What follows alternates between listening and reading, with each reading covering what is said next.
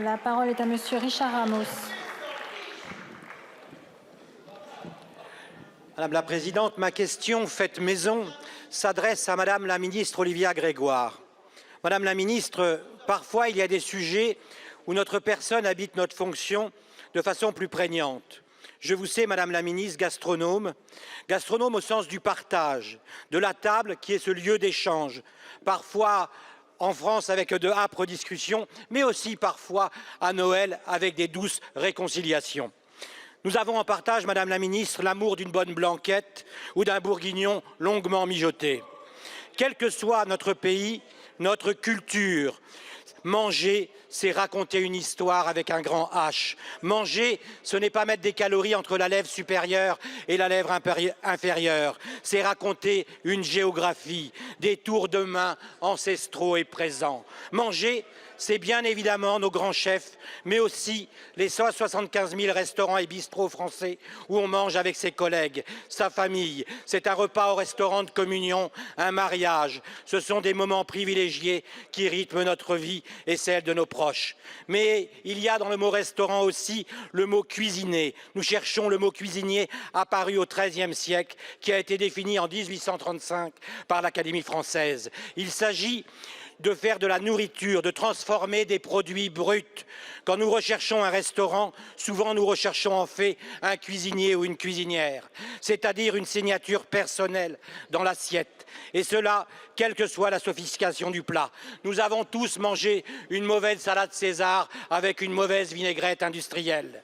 Nous devons combattre l'idée qu'un restaurant doit être modélisé par des goûts industrialisés, car modéliser les goûts, c'est modéliser les pensées et penser tous la même chose. Madame la Ministre, merci pour ce combat courageux que vous venez pour faire en sorte que nos restaurants deviennent des vrais lieux de cuisine, aujourd'hui et demain. Monsieur le député.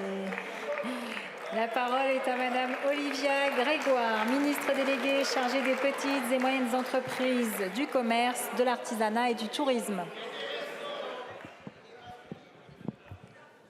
Madame la Présidente, Mesdames, Messieurs les députés, Monsieur le député Ramos, nous sommes nombreux sur ces bancs à connaître et à saluer l'engagement qui est le vôtre depuis des années en faveur du mieux manger et du bien manger. Effectivement, nous avons en commun la gastronomie, mais aussi l'amitié. Et Monsieur Paul, évidemment, Bocuse le disait si bien, il n'y a pas de bonne cuisine si au départ elle n'est pas faite par amitié pour celui ou celle à qui elle est destinée. Et entre amis, on ne triche pas.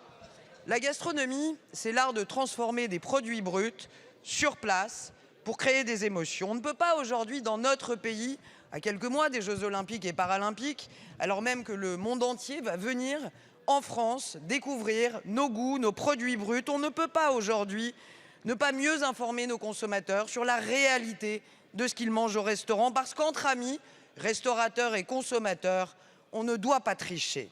Nous avons donc écouté le terrain pendant des mois, ceux qui cuisinent, merci d'avoir rappelé l'étymologie du terme, ceux qui sont nos restaurateurs et qui transforment nos produits bruts. Et à force d'écouter, nous avons entendu, et je veux remercier le soutien du président Guillaume Kasbarian, mais aussi celui de Bruno Le Maire, la mesure est simple et pleine de bon sens, obliger les restaurateurs à indiquer sur les menus les plats qui ne sont pas préparés sur place. C'est une mesure de bon sens pour nos producteurs, pour nos restaurateurs, pour nos consommateurs. Désormais, au-delà du label fait maison, désormais, un astérix, une étoile, peu importe, une mention claire et obligatoire devra être spécifiée afin que le consommateur sache si le produit a été fabriqué maison ou pas. Entre amis, on ne se juge pas. Je n'ai pas non plus de jugement de valeur sur les produits industriels. On peut aussi acheter un pâté ou une pâte feuilletée chez un artisan. Merci. Et le servir en le... Madame la Ministre.